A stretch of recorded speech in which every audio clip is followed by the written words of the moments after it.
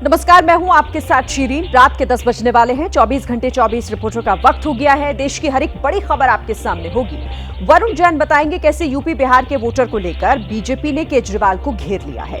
जैनेन्द्र कुमार दिखाएंगे दिल्ली में कांग्रेस की वो तैयारी जिसने आम आदमी पार्टी के सामने नया संकट खड़ा कर दिया है। इसके बाद शिवांक मिश्रा आपको बताएंगे योगी सरकार ने संभल दंगों की 47 साल पुरानी जो फाइल खोली है उसमें कौन सा सनसनीखेज सच छिपा हुआ है। और दीपा वाफेला दिखाएंगी अमेरिका के वो हालात जिसने हजारों लोगों की जिंदगी को आग की लपटों में फंसा दिया है। तो चलिए शुरू करते हैं 24 घंटे 24 रिपोर्टर आज की सबसे बड़ी खबर के साथ। वोटिंग लिस्ट में गड़बड़ी के आरोपों को लेकर मुख्य चुनाव आयुक्त से मिले केजरीवाल। 22 दिनों में 5000 से ज्यादा वोट काटने का लगाया आरोप। केजरीवाल ने आरोप लगाया कि नई दिल्ली विधानसभा क्षेत्र में 15 दिसंबर के बाद से तेजी से वोट काटे जा रहे हैं। आरोप यहाँ तक है कि वोटर्स के नाम पर फर्जी एप्लीकेशन देकर गड़बड़ी की जा रही है। केजरीवाल का यह भी आरोप है कि उनके विधानसभा क्षेत्र में फर्जी वोटर बनाए जा रहे हैं। पिछले 15 दिन में 13,000 नए वोट बनने की एप्लीकेशन आई है। जाहिर तौर पे ये यूपी और बिहार से ला के यूपी आसपास के स्टेट से ला के फर्जी वोट बनवा रहे हैं ये लोग। अरविंद केजरीवाल खबरदार, फर्जी आप हो सकते हो। उत्तर प्रदेश बिहार के लोग ना तो फर्जी विचार रखते हैं। केजरीवाल के बयान के बाद यूपी बिहार के वोटर पर फिर घमासान छिड़ गया है। बीजेपी इस बयान को बड़ा मुद्दा बनाने की कोशिश में जुट गई है। दिल्ली चुनाव में अरविंद केजरीवाल की जाट पॉलिटिक्स। पीएम मोदी को लिखी चिट्ठी, कहा दिल्ली के जाट समाज को भी केंद्र की ओबीसी लिस्ट में शामिल किया जाए। केजरीवाल ने कहा कि मोदी सरकार 10 साल में 4 बार ये वादा कर चुकी है कि दिल्ली के जाट समाज को ओबीसी आरक्षण दिया जाएगा, लेकिन आज तक उसे पूरा नहीं किया। अगर प्रधानमंत्री और गृह मंत्री झूठ बोलेंगे, अगर प्रधानमंत्री और गृह मंत्री अपने वादे को पूरा नहीं करेंगे तो फिर तो देश में कुछ बचेगा ही नहीं। फिर क्या बचेगा उसके बाद? आरोपों का जवाब देने के लिए जाट समाज से आने वाले बीजेपी नेता प्रवेश वर्मा सामने आए और सोशल मीडिया पर लिखा कि बीजेपी ने ही दिल्ली को पहला जाट मुख्यमंत्री दिया था। दिल्ली की 7 विधानसभा सीट ऐसी हैं जहां पर ओबीसी समाज निर्णायक भूमिका निभाता है। खास बात यह है कि इन सभी 7 विधानसभा सीटों पर पिछले 2 विधानसभा चुनावों में आम आदमी पार्टी जीतती आ रही है। दिल्ली चुनाव को लेकर बीजेपी दफ्तर में चली लंबी बैठक। भाजपा अध्यक्ष जेपी नड्डा ने कहा टिकट न मिलने पर निर्दलीय लड़ने की गलती ना करें भाजपा के नेता। दिल्ली में चुनाव की घोषणा के बाद पहली बार पार्टी के बड़े नेता एक टेबल पर जमा हुए। जेपी नड्डा की अध्यक्षता में चुनाव संचालन समिति की बैठक हुई। इसके बाद चुनाव प्रबंधन समिति ने मंथन किया और फिर कोर कमेटी की एक टीम साथ बैठी। सूत्र बता रहे हैं कि बैठक में जेपी नड्डा ने पार्टी नेताओं को नसीहत दी है कि अगर किसी को टिकट ना मिले तो वो किसी के बहकावे में ना आए और निर्दलीय चुनाव लड़ने की गलती ना करें। इससे ना तो पार्टी का भला होगा और ना ही नेता का। सूत्र बता रहे हैं कि बीजेपी 11 जनवरी को बची हुई बाकी सीटों पर उम्मीदवारों की घोषणा कर देगी। इसी दिन अमित शाह कर रहे हैं बड़ी बैठक। शीश महल के मुद्दे पर आज भी अरविंद केजरीवाल पर आक्रामक रही बीजेपी। दिल्ली प्रदेश बीजेपी दफ्तर में रखा गया शीश महल का मॉडल। चारों तरफ ग्रीनरी और बीच में 3 मंजिला आलीशान बंगला। कांच के अंदर घिरा ये उसी शीश महल का मॉडल है जिसको लेकर केजरीवाल बीजेपी के निशाने पर हैं। और इस मॉडल को देखने के लिए बीजेपी अध्यक्ष जेपी नड्डा भी पहुंचे। शीश महल नहीं है, वो अरविंद केजरीवाल के करप्शन का म्यूजियम है। वो बताता है कि अरविंद केजरीवाल ने कैसे दिल्ली को लूटा है, कैसे दिल्ली को बर्बाद किया है। उधर आम आदमी पार्टी कह रही है कि बीजेपी के पास मुद्दे ही नहीं बचे हैं। हम तो बिजली, पानी, शिक्षा, स्वास्थ्य, हम तो चुनाव इस चीज के ऊपर लड़ रहे हैं। भारतीय जनता पार्टी चुनाव जो है मुख्यमंत्री के बंगले पर लड़ना चाहती है। दिल्ली के पूर्व मुख्यमंत्री अरविंद केजरीवाल को घेरने के लिए बीजेपी ने इसी शीश महल में हुए भ्रष्टाचार को सबसे बड़ा हथियार भी बनाया हुआ है।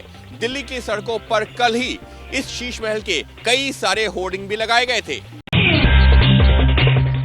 आम आदमी पार्टी ने एक बार फिर बीजेपी को घेरा, सड़कों पर पोस्टर लगाकर पूछा कौन होगा बीजेपी का सीएम चेहरा। दिल्ली की सड़कों पर जगह जगह ऐसे पोस्टर लगे हैं जिनमें एक तरफ हाथ जोड़े हुए केजरीवाल की तस्वीर है तो दूसरी तरफ बड़े से क्वेश्चन मार्क के साथ भगवा रंग से गाली गलौज पार्टी लिखा गया है।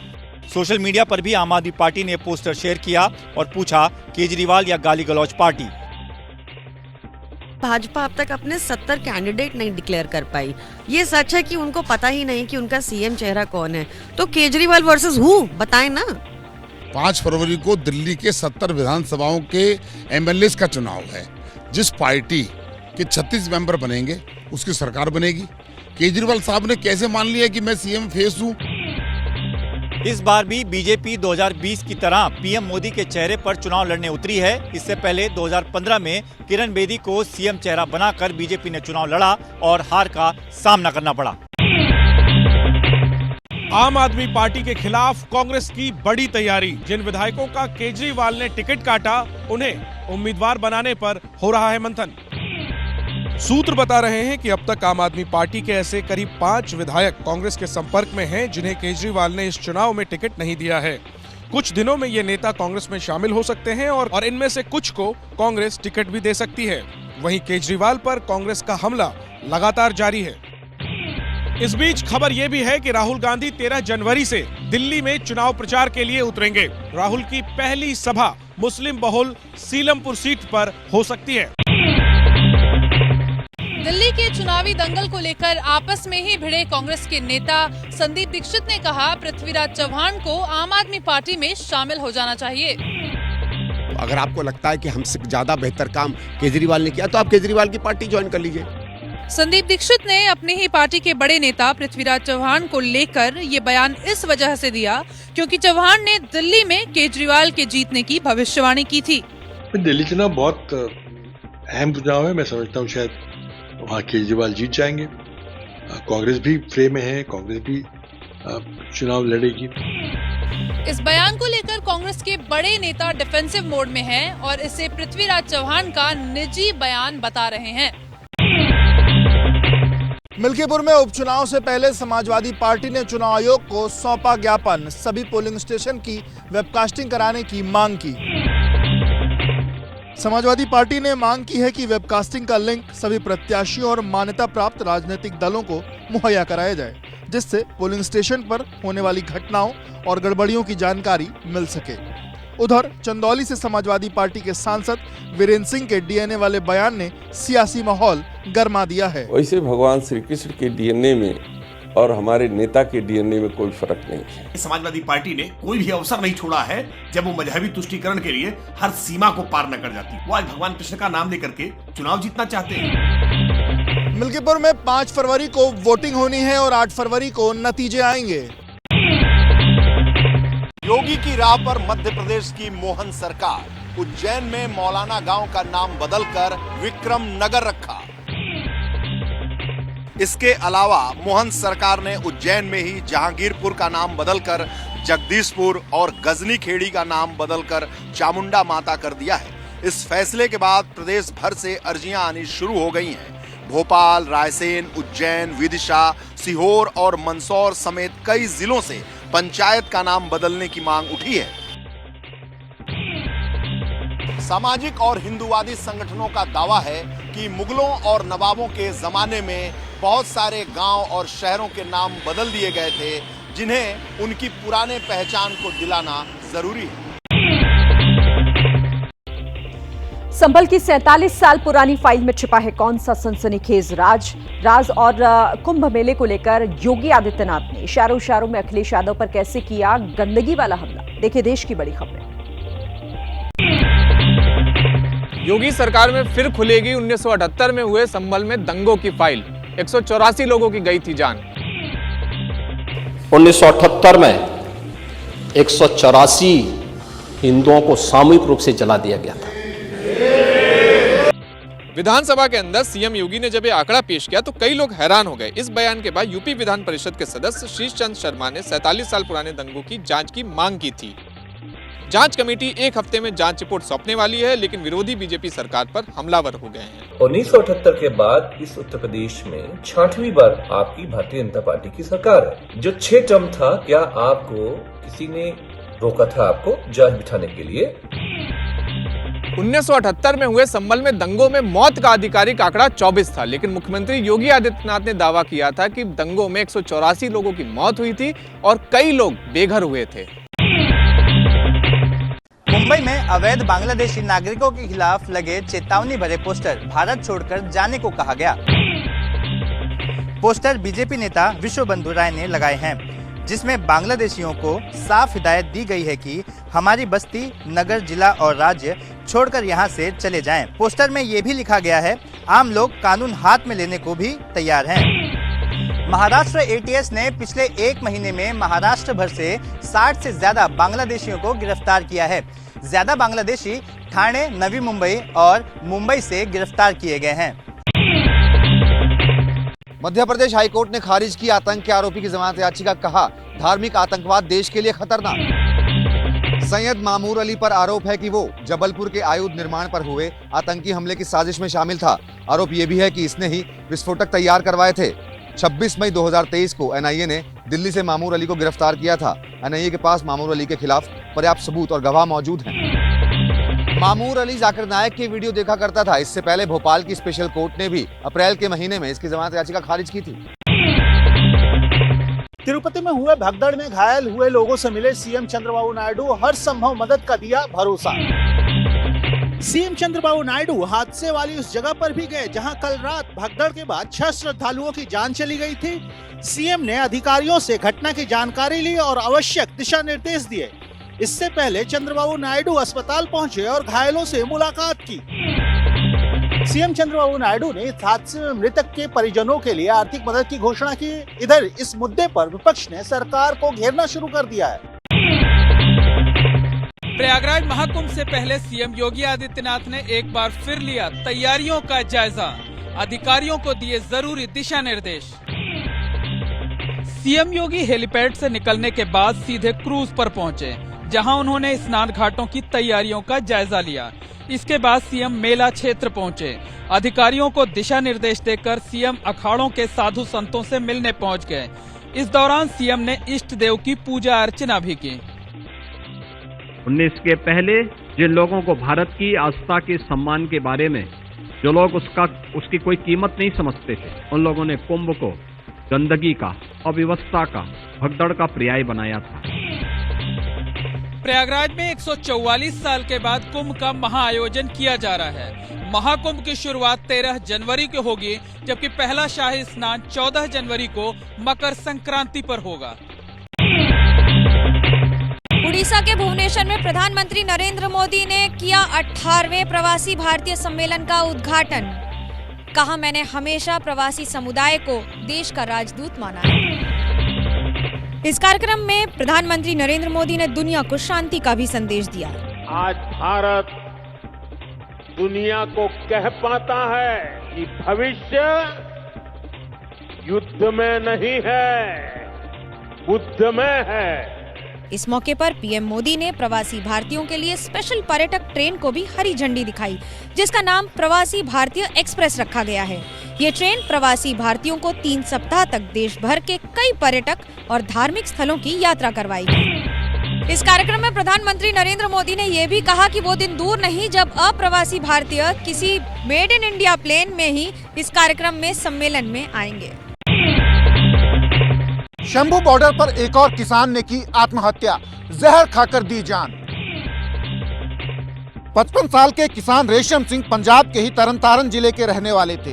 दावा है कि रेशम सिंह ने सरकार की नीतियों से तंग आकर सुसाइड कर लिया। शंभू बॉर्डर पर ही 3 हफ्ते के भीतर दूसरे किसान ने खुदकुशी की है। 18 दिसंबर को भी एक किसान ने आत्महत्या की थी। वहीं किसान नेता जगजीत सिंह डल्लेवाल की तबीयत भी नाजुक बनी हुई है। पिछले 1.5 महीने से वो आमरण अनशन पर बैठे हुए हैं। सुप्रीम कोर्ट ने बदला राष्ट्रपति का फैसला, 25 साल से जेल में बंद कैदी को किया रिहा। यह फैसला इस वजह से लिया गया क्योंकि 30 साल पुराने हत्याकांड में अब जाकर ये बात साबित हुई कि ओम प्रकाश अपराध के वक्त नाबालिग था। 3 लोगों की हत्या के मामले में वो हर अदालत में दोषी साबित हुआ, उसे फांसी की सजा भी सुनाई गई। लेकिन 2012 में राष्ट्रपति ने दया याचिका पर आदेश देते हुए फांसी की सजा को 60 साल की कैद में बदल दिया था। हालांकि दिल्ली की नेशनल लॉ यूनिवर्सिटी के प्रोजेक्ट 39A ने पश्चिम बंगाल के जलपाईगुड़ी से ओम प्रकाश का स्कूली रिकॉर्ड निकाला, जिससे साबित हुआ कि वारदात के वक्त उसकी उम्र 14 साल थी। इन 25 सालों में 11 साल ऐसे थे जिनमें ओम प्रकाश फांसी की सजा का इंतजार कर रहा था। पहाड़ बर्फ से जम गए हैं, नदी नाले थम गए हैं। हिमाचल के लाहौल स्पीति से लेकर कश्मीर में तापमान माइनस में चला गया है। लाहौल स्पीति की जिस चंद्रभागा नदी के बहाव के आगे टिकना मुश्किल होता था, उसकी रफ्तार बर्फ से थम गई है। नदी में बड़े बड़े हिमखंड तैर रहे हैं। श्रीनगर में डल झील के ऊपर बर्फ की परत एक बार फिर जम गई है, जिससे नाव चालकों को दिक्कतों का सामना करना पड़ रहा है। शोपियां में भारी बर्फबारी के बाद हाईवे जाम हो चुका है। बर्फ को हटाने का काम जारी है। इधर मैदानी इलाकों में घना कोहरा छाया हुआ है। मुरादाबाद में कोहरे की वजह से 6 से ज्यादा गाड़ियां आपस में टकरा गई। मौसम विभाग ने इस वीकेंड पर दिल्ली में बारिश का अनुमान जताया है, जिससे ठंड में और इजाफा होगा। कोटा में 2 छात्रों के सुसाइड से कैसे मची सनसनी और यूपी के बुलंदशहर में ट्रैक्टर वाला खेल कैसे पड़ गया जान पर भारी। देखिए राज्यों की बड़ी खबरें। कोटा में नहीं थम रहा सुसाइड का सिलसिला। 24 घंटे में 2 छात्रों ने लगाया मौत को गले। पहली घटना जवाहर नगर इलाके की है, जहां हरियाणा के महेंद्रगढ़ के रहने वाले 19 साल के नीरज जाट ने हॉस्टल में फांसी लगाकर अपनी जान दे दी। नीरज 2 साल से कोटा में रहकर JEE मेंस की तैयारी कर रहा था।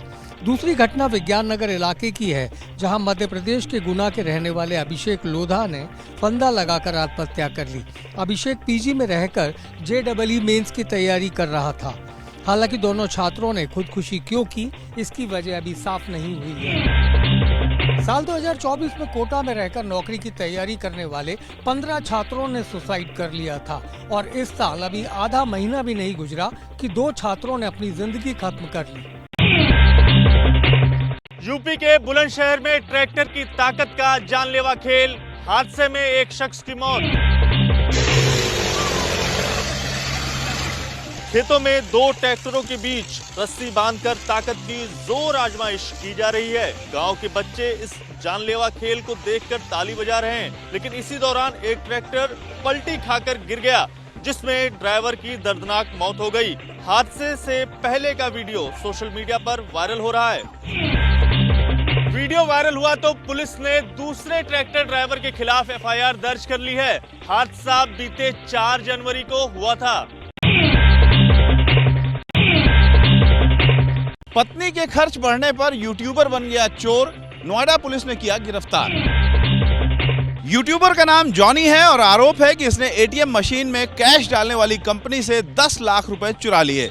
जॉनी इस कंपनी में काम भी कर चुका था। जॉनी को गाना गाने का शौक है और बॉलीवुड में जाने की ख्वाहिश भी, लेकिन शादी के बाद पत्नी की वजह से खर्च का बोझ बढ़ गया और तमाम टेंशन को दरकिनार कर वो पत्नी के खर्चों को पूरा करने में जुट गया।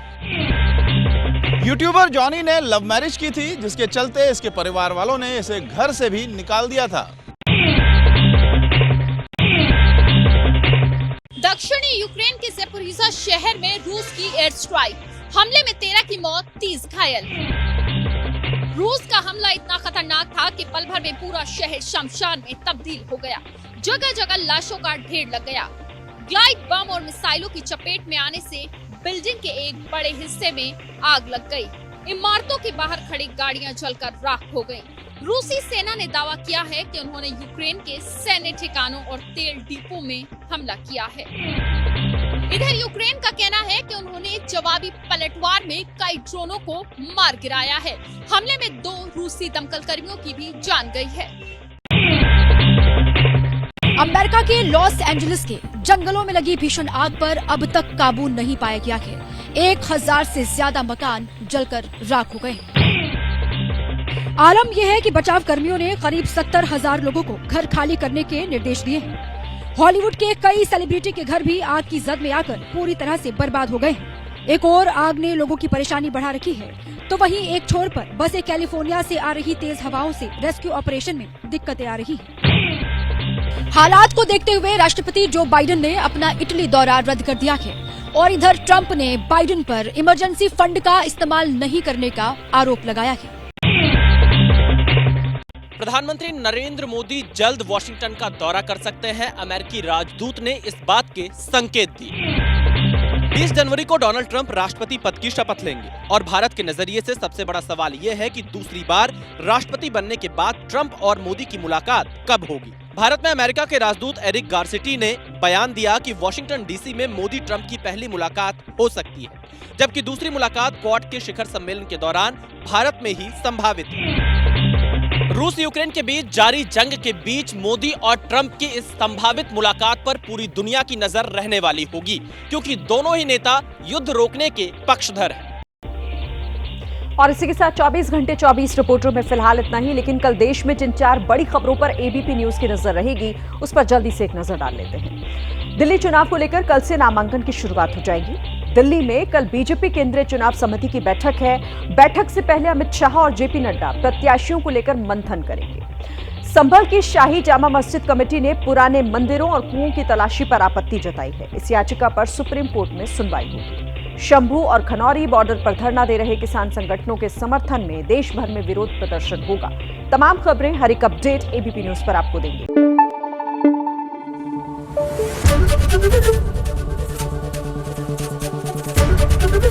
एबीपी न्यूज आपको रखे आगे।